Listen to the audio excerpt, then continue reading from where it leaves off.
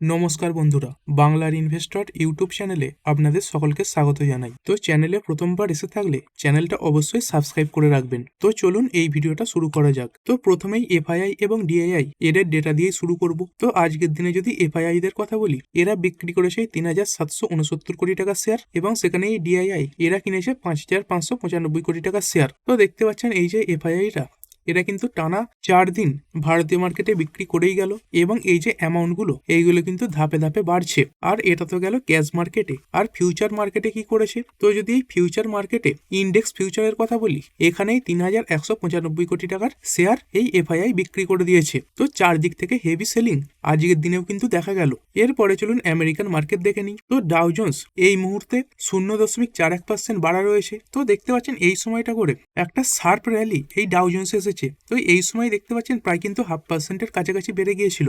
তো এটা মনে রাখবেন। এবং এর সঙ্গে সঙ্গে যদি নাসডাক কম্পোজিটের কথা বলি, তো এখানেও কিন্তু দেখতে পাচ্ছেন সেম জিনিস দেখা যাচ্ছে। এই একই সময় করে এই ডাউ জোন্স এবং তার সঙ্গে সঙ্গে নাসডাক এই দুটোতে বড় র্যালি এসে গেছে। তো এই মুহূর্তে এই যে নাসডাক কম্পোজিট এটাই 0.25% ওপরে রয়েছে। তবে শুরুর সময় মানে এই সময়টার আগে এই যে ইন্ডেক্সগুলো এগুলো কিন্তু ফ্ল্যাট পারফরমেন্স দেখাচ্ছিল। তো এর কারণটা পরে আলোচনা করছি। এরপরে চলুন দেখে নিই ইন্ডিয়ার এডিআর গুলো কেমন পারফর্ম করছে। তো এই আইসিআইসিআই ব্যাংকের এডিআর 2.19% ডাউন, ইনফোসিসের এডিআর এটা পড়ে গেছে 1.33%, এইচডিএফসি ব্যাংকের এডিআর পড়েছে 0.93%, তারপরে এই উইপ্রো এডিআর এটা 0.5% ডাউন, ডক্টর রেড্ডি ল্যাব এটাই 0.1% বাড়া, এবং যদি যাত্রা অনলাইনের কথা বলি এখানে 1.12% তেজি এই মুহূর্তে দেখা যাচ্ছে। তো বেশিরভাগ ইন্ডিয়ান এডিআর আজকে কিন্তু লাল নিশানি ট্রেড করছে। এরপরে আমাদের গিভ নিফটি এতে কিরকম পারফরমেন্স দেখা যাচ্ছে। তো এই গিভ নিফটিতেও সেরকম বড় কোনো মুভমেন্ট নেই, এই সময় কিন্তু একদম ফ্ল্যাট রয়েছে, তবে সামান্য পজিটিভে কিন্তু এই মুহূর্তে দেখা যাচ্ছে। এরপরে যদি ব্রেকিং নিউজের কথা বলি, তো আমরা কোন নিউজটার জন্য অপেক্ষা করেছিলাম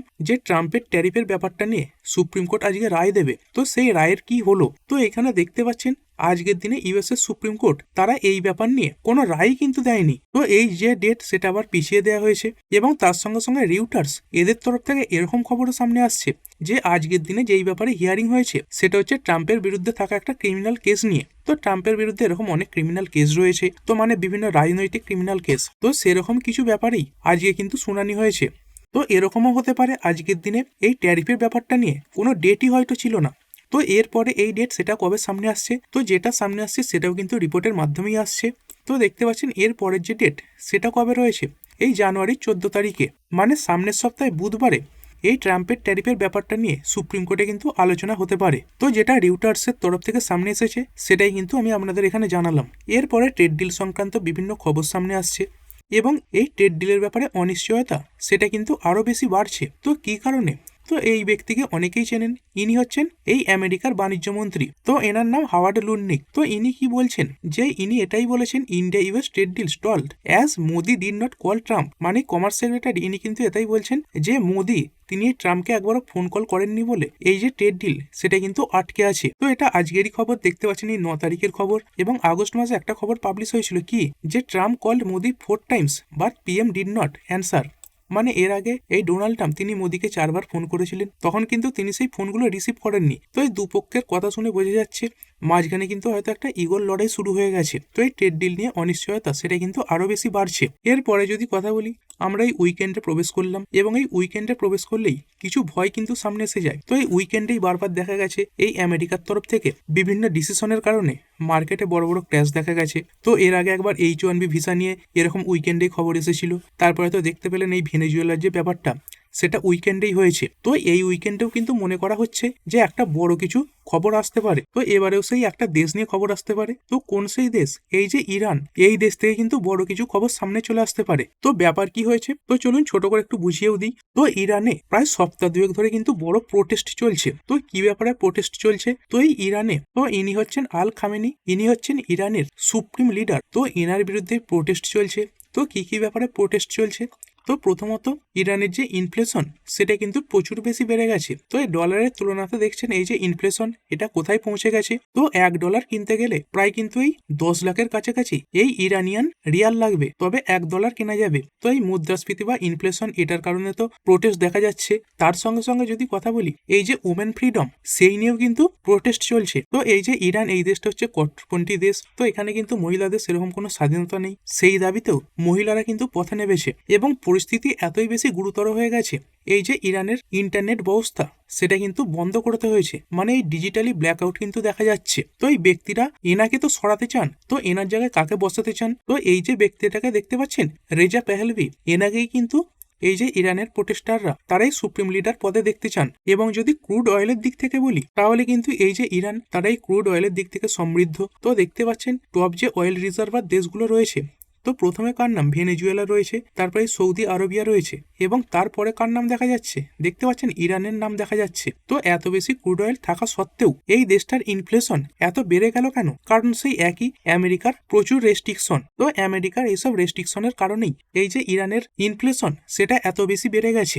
এবং এই যে ব্যক্তি রেজা পেহলভি, ইনি কিন্তু ডোনাল্ড ট্রাম্পেরও ঘনিষ্ঠ। তো এখানে দেখতে পাচ্ছেন Iran shuts off internet as protest blaze across country. তো এই যে প্রোটেস্ট সেটা অনেক বড় হয়ে গেছে, তো যাতে সোশ্যাল মিডিয়ার মাধ্যমে বা ডিজিটাল মাধ্যমে না ছড়ায় সেই কারণে কিন্তু এই যে ইন্টারনেট সেটা আপাতত বন্ধ করে দেওয়া হয়েছে। এবং তারই সঙ্গে সঙ্গে দেখতে পাচ্ছেন এই যে ইরান এরাই এয়ার স্পেস এটা শাটডাউন করে দিয়েছে, এবং তার সঙ্গে সঙ্গে এই যে মিলিটারি এলার্ট সেটাও কিন্তু বাড়িয়ে দিয়েছে। এবং এটা তো বললাম এই যে ইন্টারনেট সেটা কাটও করে দিয়েছে। তো এই যে প্রোটেস্টারদের প্রোটেস্ট সেটা কিন্তু একদম আগুনের গতিতে বাড়ছে। তো একটু নেটে সার্চ করলেই পেয়ে যাবেন তো কিরকম কি ছবি ভিডিও সামনে এসেছে। এবং দেখতে পাচ্ছেন 3 দিন আগেকার খবর, তো তখনকার প্রোটেস্টে প্রায় 36 জন মানুষের কিন্তু মৃত্যুও হয়েছে।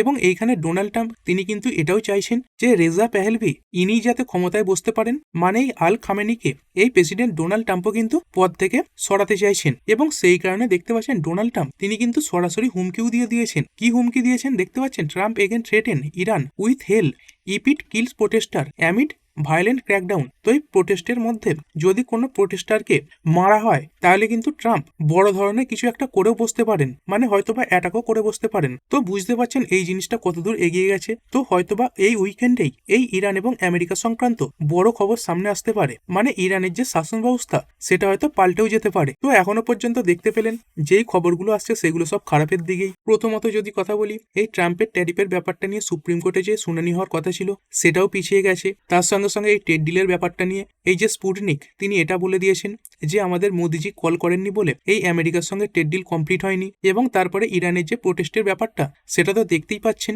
এবং এটা কিন্তু গুরুতর পর্যায়ে পৌঁছে গেছে, যে ছোটখাটো ব্যাপার সেরকমটা কিন্তু নয়। তো এই ইরানের ব্যাপারটা ঠিক কেমন হচ্ছে? তো আমাদের পার্শ্ববর্তী দেশ যে বাংলাদেশ রয়েছে সেইখানে যে প্যাটার্নে আমরা দেখতে পেয়েছি, মানে ক্ষমতা পরিবর্তন হয়েছে, এই শেখ হাসিনাকে সরিয়ে এই ইউনিস বসেছে, তো ঠিক সেই একই জিনিসই কিন্তু আমরা হয়তো ইরানেও দেখতে পেতে পারি। এবং বাংলাদেশেও এই যে ইউনুস তিনি কিন্তু এই ট্রাম্প ঘনিষ্ঠই ছিলেন। তো মোটামুটি এই যে খবরগুলো সেইগুলো কিন্তু মার্কেটের জন্য খারাপের দিকেই এসেছে। তবে এত কিছু খারাপ খবরের মধ্যেও কিছু ছোটখাটো ভালো খবরও আসছে, এবং যেটা ইনভেস্টমেন্ট রিলেটেড খবর আসছে।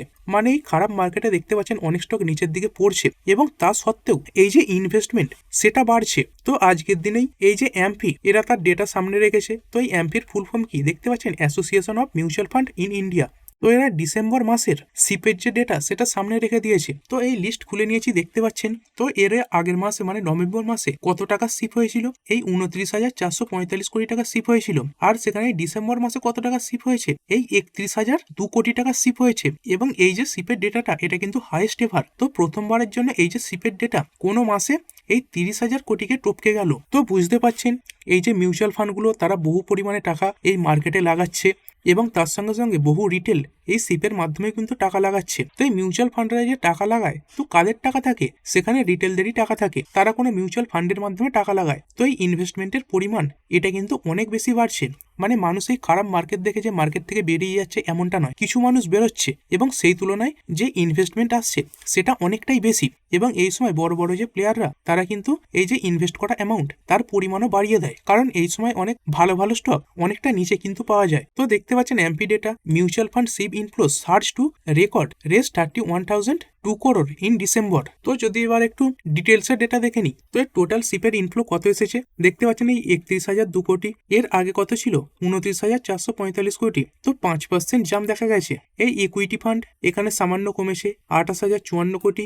এর আগে ছিল 29,911 কোটি। তো এখানে 6.2% কমেছে। তারপরে গোল্ড ইটিএফ এইখানে দেখুন হাইয়েস্ট এভার ইটিএফ হয়েছে গোল্ডে 11,647 কোটি টাকার এই গোল্ড ইটিএফ এ ইনফ্লো এসেছে। তো এর আগের মাসে কত ছিল? মাত্র 3,742 কোটি, তবে তার আগে বেশি ছিল 7,500 কোটির মতো। তবে এবারে এই যে গোল্ডে ইটিএফ এর ইনফ্লোটা সেটা কিন্তু একদম রেকর্ড হাই। তারপরে যদি সিলভার ইটিএফ এর কথা বলি তো 3,962 কোটি, এর আগের মাসে ছিল 2,154 কোটি। তো এখানে 84% জাম দেখা যাচ্ছে। হাইব্রিড ফান্ডে এই ইনফ্লো কিছুটা কমেছে, 19% কমে গেছে, 13,299 কোটি থেকে পড়ে হয়েছে এই 10,756 কোটি। এবং এই ডেপ্ট ফান্ড এইখান থেকে টাকা বেরিয়ে গেছে, দেখতে পাচ্ছেন ব্র্যাকেটে রয়েছে। তো এই শেয়ার মার্কেট রিলেটেড কোনো ডেটা পড়ার সময় যখন দেখবেন এরকম ব্র্যাকেটে রয়েছে তো সেটা একবার চেক করে নেবেন সেটা মাইনাসে রয়েছে কিনা। কারণ এই ফাইন্যান্সে এই টাকার অঙ্কগুলো যখন ব্র্যাকেটে থাকে তখন কিন্তু সেটাকে মাইনাস অ্যামাউন্টই ধরা হয়, মানে নেগেটিভ। তো এই ডেপ্ট ফান্ডে দেখতে পাচ্ছেন আউটফ্লো কত হয়ে গেছে, 1,32,000 কোটি টাকা।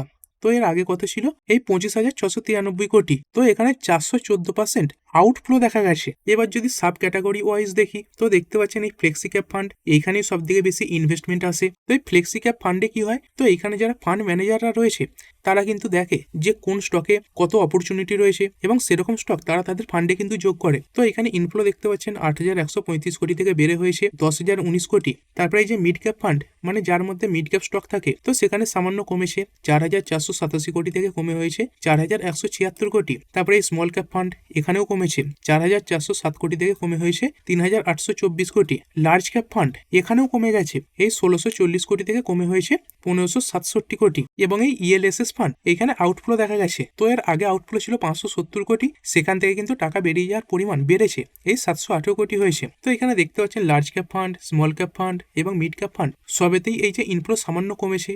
এবং সেখানে ফ্লেক্সি ক্যাপ ফান্ড এইখানে ইনফ্লো অনেকটাই বেড়ে গেছে। এবং তারই সঙ্গে সঙ্গে গোল্ড ইটিএফ এবং সিলভার ইটিএফ এইখানে যে ইনফ্লো সেটা কিন্তু অনেকটা বেশি বেড়েছে। এবং এই স্টপেজ রেশিও এটা কেমন আছে, তো এই স্টপেজ রেশিও দেখতে পাচ্ছেন 85% পর্যন্ত বেড়ে গেছে। তো এই স্টপেজ রেশিও মানে কি, অনেকে কি করে, অনেকে যারা শিপ করছেন এই সময় মার্কেট পড়া দেখে ভয় পেয়ে এই শিপ বন্ধ করে দেন। তো অ্যাকচুয়ালি কিন্তু এর উল্টোটা করার কথা, মানে যখন এরকম পড়া থাকে শিপের অ্যামাউন্ট বাড়িয়ে দেওয়া দরকার, তবুও অনেকে ভয় পেয়ে শিপ বন্ধ করে দেয়। এবং তার সঙ্গে সঙ্গে কি হয়, কিছু শিপ সেটা কিন্তু ম্যাচিওরও হয়ে যায়, তো সেই যে পরিমাণ সেটা কিন্তু বেড়েছে। তো দেখতে পাচ্ছেন 71.57 লাখ শিপ বন্ধ হয়েছে, তো হয়তোবা ডিসকন্টিনিউড করে দেওয়া হয়েছে অথবা ম্যাচিওর হয়ে গেছে। তো যেটা এর আগের মাসে ছিল 43 লাখ। তো এই স্টপেজ রেশিও এটা বেড়েছে। তো এই বন্ধ হয়েছে তো 51.57 লাখ, তাহলে যোগ হয়েছে কত, তো দেখতে পাচ্ছেন এই ডিসেম্বরে প্রায় 60 লাখের ওপরে নতুন শিপ যোগ হয়েছে। তো এই নভেম্বর মাসে কত যোগ হয়েছিল, নভেম্বর মাসে যোগ হয়েছিল এই 57 লাখ। তো যদি শুধুমাত্র নভেম্বরের ডেটা দেখি তো এই 43 লাখ শিপ ডিসকন্টিনিউ হয়েছে, যোগ হয়েছিল 57 লাখ। এবং এই মাসেরও যদি ডেটা দেখি মানে ডিসেম্বরের, তো 51.57 লাখ শিপ ডিসকন্টিনিউ হয়েছে এবং যোগ হয়েছে 60 লাখ। মানে যত মানুষ এই শিপ করা বন্ধ করে দিচ্ছেন তার থেকে কিন্তু অনেক বেশি নতুন মানুষ এই শিপের মাধ্যমে ইনভেস্টমেন্ট শুরু করছেন। তো এটা কিন্তু মার্কেটকে আস্তে আস্তে ওপর দিকেই নিয়ে যাবে।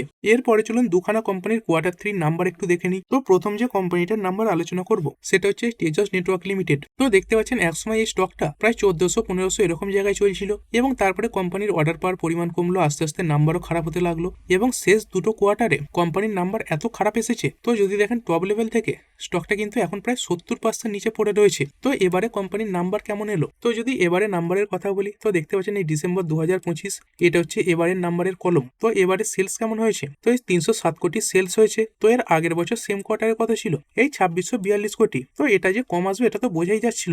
দেখুন এই যে তেজস নেটওয়ার্ক এই ধরনের যে কোম্পানিগুলো এরা যখন অর্ডার পায় তখন বড় বড় অর্ডার পায় এবং সেই যে অর্ডারগুলো সেগুলো কমপ্লিট করতে সময় লাগে এবং তারপরে ধরুন অর্ডার পাওয়া বন্ধ হয়ে গেল তখন তো এই সেলস সেটা অটোমেটিক পড়ে যাবে। তো এটা বুঝতে পারছেন এই যে ইয়ারলি এই সেলস খুব খারাপ হয়ে গেছে এবং সেই কারণে পরের ডেটাগুলো সেগুলো খারাপ হবে ইয়ারলি কম্পেয়ার করলে। তো দেখতে পাচ্ছেন এই যে সেলস হয়েছে তার থেকে খরচা বেশি, এক্সপেন্সেস কত 441 কোটি। তো অপারেটিং প্রফিট এটা মাইনাসে চলে গেছে -134 কোটি। তো এই অপারেটিং প্রফিট এটা মাইনাসে চলে গেলে পরের যে ডেটাগুলো সেগুলো ইউজুয়ালি মাইনাসেই চলে যায় যদি না এক্সট্রা কোনো ইনকাম থাকে, মানে এই আদার ইনকামের কথা বলছি। তো এই আদার ইনকাম এটা যদি না হঠাৎ করে বেড়ে যায় তাহলে কিন্তু পরের ডেটাগুলো মাইনাসেই আসে। তো এখানে দেখতে পাচ্ছেন আদার ইনকাম সেরকম বড় একটা নেই, তো এর পরের ডেটাগুলো মাইনাসেই আসবে এবং তার সঙ্গে সঙ্গে পরে আবার ইন্টারেস্ট, ডেপ্রিসিয়েশন এইগুলো কিন্তু এই মাইনাসের খাতায় যোগ হয়েছে। তো কোম্পানির প্রফিট বিফোর ট্যাক্স কত, এই লসে দেখতে পাচ্ছেন 303 কোটি। আর নেট প্রফিট কত, তো প্রফিট নেই, লস মেকিং কোম্পানি, এই 197 কোটি লস হয়েছে। তবে একটা ভালো যে এর আগের কোয়ার্টারে যত লস হয়েছিল 307 কোটি, তার থেকে এই যে লস এটা কিন্তু কমই রয়েছে। তবে ইয়ারলি কম্পেয়ার করতে গেলে হবে না, কারণ এর আগে কোম্পানির কাছে বড় বড় অর্ডার ছিল, কোম্পানির সেলসও ছিল। তো এই 166 থেকে পড়ে হয়েছে -197 কোটি। তো কি বুঝতে পারছেন যে ইয়ারলি কোম্পানির নাম্বার খুব খারাপ, কিন্তু যদি কোয়ার্টারলি কম্পেয়ার করেন তাহলে এই যে লস সেটা কমেছে। এর পরের যে কোম্পানি সেটা হচ্ছে ইরেডা। তো ফুল ফর্ম কি Indian renewable energy development agency. তো এই কোম্পানিও তার কোয়ার্টার 3 যে নাম্বার সেটা পেশ করে দিয়েছে। তো চলুন কোম্পানির নাম্বার একবার দেখে নিই। তো এখানে দেখতে পাচ্ছেন কোম্পানির যে কনসলিডেটেড নাম্বার সেটা খুলে নিয়েছি, এবং এই যে ফিগারগুলো সেগুলো কিসে রয়েছে। তো এখানে দেখতে পাচ্ছেন কোণে লেখা রয়েছে এই যে ফিগারগুলো সেইগুলো কিন্তু সব কোটিতে রয়েছে। তো এবার চলুন পড়ে নিই। তো এই কোম্পানির টোটাল ইনকাম এটা কত হয়েছে। তো দেখতে পাচ্ছেন এই যে 3 নম্বর কলম। তো টোটাল ইনকাম হয়েছে 2139 কোটি। এর আগের কোয়ার্টারে কত ছিল 2057 কোটি, এবং আগের বছর সেম কোয়ার্টারে কত ছিল মানে এই 2024-এর যে ডিসেম্বর কোয়ার্টার সেখানে তো দেখতে পাচ্ছেন তখন ছিল এই 1698 কোটি। মানে ইয়ারলি এবং কোয়ার্টারলি দু জায়গাতেই কোম্পানির যে টোটাল ইনকাম সেটা বেড়েছে। তো এরপরে খরচা এটা দেখাও প্রয়োজন। তো খরচা কেমন হয়েছে, 1160 কোটি থেকে বেড়ে হয়েছে এই 1422 কোটি, যেটার আগের কোয়ার্টারে ছিল 1361 কোটি। তো খরচা এটা দেখাও গুরুত্বপূর্ণ, কারণ এই খরচা এটা যদি অস্বাভাবিকভাবে বেড়ে যায় তাহলে কোম্পানির এই যে টোটাল ইনকাম বাড়লো এটা কিন্তু পরের ডেটাগুলোর উপর আর কোনো পজিটিভ ইম্প্যাক্ট ফেলবে না, মানে মাইনাসই হয়ে যাবে। তো এখানে দেখতে পাচ্ছেন এই যে এক্সপেন্সেস এটা কন্ট্রোলে রয়েছে, মানে যেরকম হিসাবে ইনকাম বেড়েছে সেরকম হিসাবে খরচাও বেড়েছে। তো এই ইনকাম থেকে এই যে খরচা এটা বাদ দিয়ে দেবো, তো কি পাবো, এই যে প্রফিট বিফোর ট্যাক্স সেটা পাবো। তো এই প্রফিট বিফোর ট্যাক্স কত, এই 717 কোটি। এর আগের কোয়ার্টারে ছিল 696 কোটি, এবং আগের বছর সেম কোয়ার্টারে ছিল 538 কোটি। তো এই প্রফিট বিফোর ট্যাক্স শুধু কি এটা দেখলেই হবে, তো এটা দেখলে হবে না। তো এখানে কি লেখা রয়েছে প্রফিট বিফোর ট্যাক্স, মানে এরপরে কিন্তু সরকারকে ট্যাক্স ফ্যাক্স সব দিতে হবে। তো সেই ট্যাক্স দেওয়ার পরের যে প্রফিট সেটাই কিন্তু কোম্পানির প্রফিট ফর দ্য পিরিয়ড। তো এই ট্যাক্স ফ্যাক্স দিয়ে দিয়েছে, দেখতে পাচ্ছেন এই কারেন্ট ট্যাক্স, ডেফার ট্যাক্স এইগুলো সব অ্যাডজাস্ট হয়েছে। তারপরে এই যে profit loss for the period এটা কত, তো কোম্পানি 585 কোটির প্রফিট দেখিয়েছে। এর আগের কোয়ার্টারে কত ছিল 549 কোটি, এবং আগের বছর সেম কোয়ার্টারে কত ছিল 425 কোটি। তো ইয়ারলিও কোম্পানির যে প্রফিট সেটা বেড়েছে, এবং কোয়ার্টারলিও কোম্পানির প্রফিট ভালো বেড়েছে। আর এই ইরেডা কোম্পানিটা এটার কাজ কি, এই কোম্পানিটা রিনিউয়েবল এনার্জি সেগমেন্টে ফাইন্যান্সিং করে থাকে, মানে ধার দিয়ে থাকে। তো যেই ধরনের কোম্পানিগুলো এরকম ফাইন্যান্সিং করে থাকে, তো ব্যাংকই বলুন বা এই ধরনের কোম্পানিগুলোই বলুন, তাদের ক্ষেত্রে কিন্তু এই যে এনপি এটা দেখতে হয়, মানে নন পারফর্মিং অ্যাসেট, মানে কোম্পানির টাকা তো ধার দিচ্ছে, তো সেই টাকার কত পার্সেন্ট কোম্পানির কাছে ফেরত আসছে না সেটাও কিন্তু দেখতে হয়। তো সেই ফেরত না আসা টাকার পরিমাণ যদি খুব বেশি বেড়ে যায় তাহলে কিন্তু সেটা কোম্পানির জন্য খুবই খারাপ ব্যাপার। তো এই ইরেডা কোম্পানিটারই যদি কথা বলি, তো কিছুদিন আগে দেখতে পেয়েছিলেন এই যে জেনসল ইঞ্জিনিয়ারিং, তারাই ইরেডার থেকে একটা বড় লোন নিয়েছিল, এবং পরে এই জেনসল ইঞ্জিনিয়ারিং এই কোম্পানিটা সেই যে লোন সেটা সুদতে পারেনি। তো সেই টাকাটা কিন্তু ইরেডা এই যে প্রভিশনিং সেই হিসাবে দেখিয়েছিল, মানে এই টাকা কোম্পানির কাছে আর হয়তো ফেরত আসবে না। যদিও পরে ইরেডা এই যে ডেব্ট রিকভারি ট্রিব্যুনাল রয়েছে সেইখানে এই জেনসলের বিরুদ্ধে কেসও করেছে। তো কত টাকার কেস করেছিল দেখতে পাচ্ছেন, এই 729 কোটি টাকার কেস করেছিল, মানে এটাকে তারা রিকভার করতে চাইছে। আর সেখানে এই জেনসল ইঞ্জিনিয়ারিং এদের মার্কেট ক্যাপ কত রয়েছে দেখতে পাচ্ছেন, এই 94 কোটি। মানে এই কোম্পানিটাকে যদি পুরোপুরি বিক্রিও করে দেওয়া হয় তাহলে কিন্তু মাত্র এই 94 কোটি টাকা উঠবে। তো এই কোম্পানিটার কিন্তু ক্ষমতা নেই যে ইরেডাকে তাদের পুরো লোন সেটা শোধ করার। তো সেই জন্যই এই যে প্রভিশনিং এনপিএ এগুলো গুরুত্বপূর্ণ হয়ে যায়, যে কোম্পানি লোন দিচ্ছে সেটা তাদের কাছে ফেরত আসছে। তো সেই পরিমাণ কিরকম দাঁড়িয়েছে। তো যদি এইটার কথা বলি, এই যে গ্রস নন পারফর্মিং অ্যাসেট বা এনপিএ জিএনপিএ এটা কেমন কি দাঁড়িয়েছে, তো আমরা ইয়ারলি কম্পেয়ার করে নেব। তো দেখতে পাচ্ছেন এর আগে এই যে এনপিএ এটা ছিল 2.68%। তো এই 2 নম্বরের ঘরটা দেখুন, এটা হচ্ছে জিএনপি এর ঘর, আর বর্তমানে কত এসেছে এই 3.75%। তো এই যে নন পারফর্মিং অ্যাসেট তার যে পার্সেন্টেজ সেটা কিন্তু কিছুটা বেড়েছে। তো এটা কোম্পানির জন্য ভালো না খারাপ, এটা কিন্তু কোম্পানির জন্য খারাপ, কারণ কোম্পানির কাছে ফেরত না আসা টাকার যে পরিমাণ সেটা বেড়ে গেছে। তো এক্ষেত্রে কি বুঝতে পারলেন, যদি এমনি রেজাল্টের কথা বলি, মানে এই সেলস তার সঙ্গে সঙ্গে প্রফিট এগুলো তো খুবই ভালো এসেছে, কিন্তু এই জিএনপিএ এখানে কিন্তু সামান্য খারাপ পারফরমেন্স দেখা গেছে। তো দেখাই যাক কোম্পানিটা কিরকম সোমবার পারফর্ম করে। এরপরে যদি কথা বলি ডিফেন্স সেক্টর নিয়ে, তো অনেকেই প্রশ্ন করছেন যে আজকের দিনে সব সেক্টর পড়ে গেলেও এই ডিফেন্স সেক্টরে সেরকম কোনো পতন কেন দেখা যায়নি। তো দেখতে পাচ্ছেন ডিফেন্সের যে ইন্ডেক্স রয়েছে এই নিফটি ইন্ডিয়া ডিফেন্স, এটা কতটা পড়েছে, মাত্র 0.38% পড়েছে, যেখানে অন্যান্য ইন্ডেক্সগুলোতে ভয়াবহ পতন কিন্তু আজকের দিনে দেখা গেছে। তো বর্তমানে দেখতেই পাচ্ছেন এই আমেরিকা ভেনেজুয়েলার কেসের পর থেকে অনেক কিছু জিনিস ডেভেলপ হচ্ছে, এবং এই সময় ডোনাল্ড ট্রাম্প তিনি এই ডিফেন্সের যে উৎপাদন সেটা বাড়াবার দিকেও কিন্তু প্রচুর চাপ দিচ্ছেন। তো দেখতে পাচ্ছেন Trump blocks defence company pay out until arms production speed up, মানে যতক্ষণ না এই কোম্পানিগুলো আর্মসের প্রোডাকশন বাড়িয়ে দিচ্ছে ততক্ষণ কিন্তু ট্রাম্প সেই কোম্পানিগুলোর জন্য পে আউট করা বন্ধ করে দিয়েছে, মানে টাকা দেওয়ার যে ব্যাপারটা সেটা বন্ধ করে দিয়েছে। এবং দেখতে পাচ্ছেন এই দুদিন আগেকারই খবর, Trump calls for US military spending to rise more than 50% to 1.5 trillion, মানে এই আমেরিকা তাদের যে মিলিটারি বাজেট যেটা বর্তমানে রয়েছে তার থেকেও কিন্তু 50% বাড়াবার কথা বলছে। তো ইউজুয়ালি আমেরিকা যখন এরকম ডিফেন্সের বাজেট বাড়ায়, অন্যান্য দেশগুলো কিন্তু সাধ্যমতো তাদের যে বাজেট সেগুলো বাড়াবার চেষ্টা করে থাকে, এবং তার সঙ্গে সঙ্গে ইন্ডিয়ার কিছু ডিফেন্স কোম্পানি অল্প হলেও কিছু সামগ্রী এই আমেরিকাতে রপ্তানিও করে, এবং কিছু কোম্পানির বিজনেসও সামান্য আমেরিকাতে রয়েছে। তো সেসব কারণেই যদি দেখেন, ইন্ডিয়ার যে ডিফেন্স সেক্টরটা সেটা কিন্তু আজকে অন্যান্য ইন্ডেক্সের মতো অতটা বেশি পড়েনি। এরপরে চলুন ডলার রুপির সম্পর্ক দেখে নিই। তো ইন্ডিয়ান রুপি দেখতে পাচ্ছেন ডলারের এগেনস্টে এই 90.29 ওপরে উঠে গেছে। তো কিছুদিন আগেই ইউবিএস নামে একটা ব্রোকার বলেছিল যে ইন্ডিয়ান রুপি মার্চের মধ্যে এই 92 পৌঁছে যেতে পারে। তো যদি এরকম হারে দুর্বল হতে থাকে, তো দেখতে পাচ্ছেন কিছুদিন আগেই 89.50 কাছাকাছি চলছিল, সেইখান থেকে কিন্তু অল্প দিনে প্রায় 1%-এর কাছাকাছি বেড়ে গেছে। তো যদি এই হারে বাড়তে থাকে, তাহলে হয়তোবা জানুয়ারির শেষের দিক করেই এই যে ইন্ডিয়ান রুপি সেটা 92 পৌঁছে যেতে পারে। তারপরে যদি গোল্ড এবং সিলভারের কথা বলি, তো এই গোল্ড 1%-এর কাছাকাছি বাড়া রয়েছে, এবং এই সিলভার এটা বেড়েছে 4.47%। আর এই ক্রুড অয়েল এখানে কিরকম পারফরমেন্স দেখা যাচ্ছে, তো এই ক্রুড অয়েলের প্রাইসে নিয়মিতই জাম্প দেখা যাচ্ছে। এই WTI ক্রুড এটা 3.25% বেড়ে গেছে, এবং ব্রেন্ট ক্রুড এটাও কিন্তু প্রায় 2.5%-এর কাছাকাছি বাড়া রয়েছে। আর এরপরে যদি বিটকয়েনের কথা বলি, তো বিটকয়েনে দেখতে পাচ্ছেন এই শেষের দিক করে একটা র্যালি এসেছিল, তারপরে যদি আস্তে আস্তে নিচের দিকেই পড়ছে, তো এখন 0.5% ডাউন হয়েছে। আর এই আমেরিকান মার্কেট চলুন দেখে নিই কেমন পারফর্ম করছে। তো এই ডাউজন্স এখন 0.5% বাড়া। তো ভিডিওর প্রথমেই বলেছিলাম এই সময় করে ডাউজন্স এইখানে একটা ভালো উত্থান দেখা গেছে, মানে র্যালি দেখা গেছে। তো এর পেছনে কি কারণ ছিল, তো যেই মাত্র খবর এসেছে যে আজকে আমেরিকাতে যে সুপ্রিম কোর্ট রয়েছে সেখানে ট্রাম্পের যে ট্যারিফ সেই ব্যাপারে কোনো ঘোষণা হয়নি, তারপরেই কিন্তু এরকম ডাউজন্সের র্যালি দেখা গিয়েছিল। এবং তার সঙ্গে সঙ্গে যদি নাসডাকের কথা বলি, তো এই নাসডাকেও দেখতে পাচ্ছেন ঠিক একই সময়ে সেম কারণের জন্য কিন্তু র্যালি এসেছিল। তো এই মুহূর্তে নাসডাক কম্পোজাইট এটা 0.79%। তো এই মুহূর্তে নাসডাক কম্পোজাইট এটা 0.89% ওপরে ট্রেড করছে। তো ঠিক আছে বন্ধুরা, আশা করছি ভিডিওটা আপনাদের ভালো লেগেছে। আপনি চাইলে এটাকে লাইক এবং শেয়ার করতে পারেন। আর শেয়ার মার্কেট সংক্রান্ত ডেইলি নিউজ আপডেট পেতে চ্যানেলটা সাবস্ক্রাইব করে রাখবেন এবং পাশে থাকা বেল আইকনটি টিপে অল অবশ্যই সিলেক্ট করে রাখবেন, যাতে পরবর্তী ভিডিওর নোটিফিকেশন আপনার কাছে সময় মতো পৌঁছে যায়। আর হ্যাঁ, ভিডিওটি শুধুমাত্র ইনফরমেশন এবং এডুকেশনাল পারপাসের জন্য বানানো হয়েছে। আমি সেবি রেজিস্টার্ড নই, তাই কোনো প্রকার শেয়ারে কোনো প্রকার বাই, সেল, হোল্ড বা অ্যাভারেজ করার কোনো সিদ্ধান্ত নেওয়ার আগে আপনার যে ফাইন্যান্সিয়াল অ্যাডভাইজার আছে তার সঙ্গে অবশ্যই আলোচনা করবেন। দেখা হচ্ছে পরের ভিডিওতে। ধন্যবাদ।